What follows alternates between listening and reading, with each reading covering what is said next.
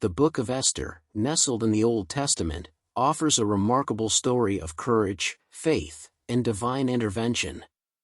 Set during the reign of King Ahasuerus, commonly identified as Xerxes I, of Persia, the story unfolds in the Persian Empire's capital, Susa. It is a narrative that transcends time, embodying themes of bravery, justice, and the mysterious workings of providence, and it holds a special place in Jewish history, commemorated through the festival of Purim. The story begins with a royal banquet hosted by King Ahasuerus, where the opulence and splendor of his empire were on full display.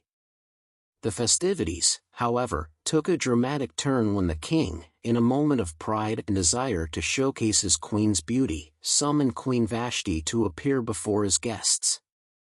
Vashti's refusal to comply with the king's command was an act of defiance that led to her being dethroned. This pivotal event set in motion a series of actions that would eventually lead to Esther's rise to power. To find a new queen, a royal decree was issued to gather all the beautiful young virgins in the empire. Among those brought to the palace was a young Jewish woman named Hadassah, known by her Persian name, Esther. Esther was an orphan, raised by her cousin Mordecai, who took great care to instruct her in the ways of their faith. Mordecai advised Esther to keep her Jewish identity a secret, fearing it might bring harm to her in the Persian court. Esther's grace, beauty, and humility quickly won her favor in the harem, and she was chosen by King Ahasuerus to be his new queen.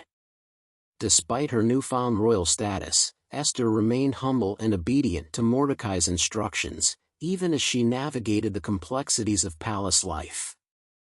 Her ascent to queenship, though rooted in outward beauty, was part of a greater plan that would soon unfold.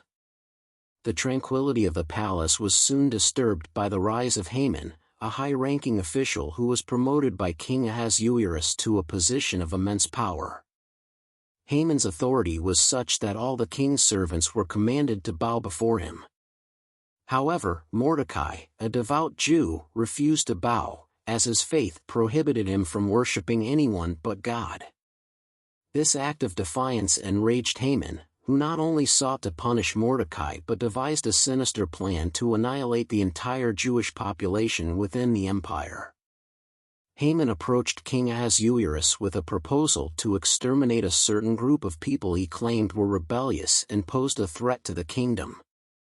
Unaware that Esther herself was Jewish, the king agreed to Haman's plan and issued a decree that on a specific day, all Jews, young and old, would be destroyed, killed, and annihilated. The decree was sent out to all 127 provinces of the Persian Empire, causing widespread panic and despair among the Jewish people. Mordecai, upon learning of this edict, tore his clothes and put on sackcloth and ashes, a traditional sign of mourning.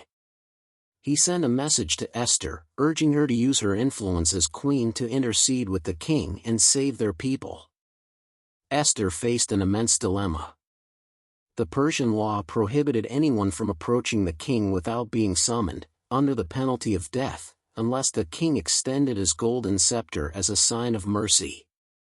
Despite her royal position, Esther knew that she was not exempt from this law, and her initial reaction was one of fear and hesitation. Mordecai's response to Esther's hesitation was profound and has resonated through the ages. He reminded her that she should not think she would escape the fate of the Jews simply because she lived in the king's palace. Mordecai's words, "And who knows but that you have come to your royal position for such a time as this?" Esther 4 verse 14, NIV, were a powerful reminder of the divine purpose that might lie behind Esther's elevation to queenship. Taking Mordecai's words to heart, Esther made the courageous decision to act, declaring, "If I perish, I perish." Esther 4 verse 16, NIV. She instructed Mordecai to gather all the Jews in Susa to fast for 3 days and nights on her behalf, while she and her maids would do the same. After 3 days, Esther approached the king, her heart undoubtedly filled with trepidation, yet firm in her resolve. To her relief, King Ahasuerus extended the golden scepter to her, inviting her to speak. However, instead of immediately presenting her request, Esther wisely invited the king and Haman to a banquet she had prepared. At this banquet, she invited them to a second banquet the following day, where she promised to reveal her petition. That night, the king, troubled by sleeplessness, ordered the royal chronicles to be read to him. It was then that he discovered that Mordecai had previously uncovered a plot against the king's life, but had never been rewarded for his loyalty.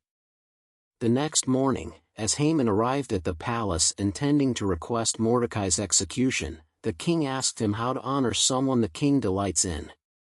Mistaking the king's intent, Haman suggested a grand parade with royal robes and a crown. To his shock, the king ordered Haman to do this for Mordecai. The turn of events was a significant blow to Haman's pride, but worse was yet to come. At the second banquet, Queen Esther finally revealed her Jewish identity and the full extent of Haman's plot. She pleaded for her life and the lives of her people, exposing Haman as the architect of their planned destruction. King Ahasuerus, enraged by Haman's treachery and by the danger posed to his queen, ordered Haman to be executed on the very gallows he had prepared for Mordecai. However, the decree against the Jews could not be revoked, as it was a law of the Medes and Persians.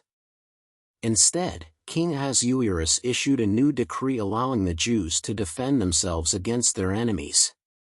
On the appointed day, the Jews were able to protect themselves and defeat those who sought their harm. The victory was celebrated with great joy, leading to the establishment of the festival of Purim, a time of feasting, giving gifts, and remembering the deliverance that God brought to his people through Esther's bravery. The story of Esther is more than just a historical account, it is a timeless lesson in courage, faith, and the belief in a higher purpose. Esther's journey from an orphan Jewish girl to the Queen of Persia is a testament to the power of divine providence and the impact one person can have when they stand up for what is right.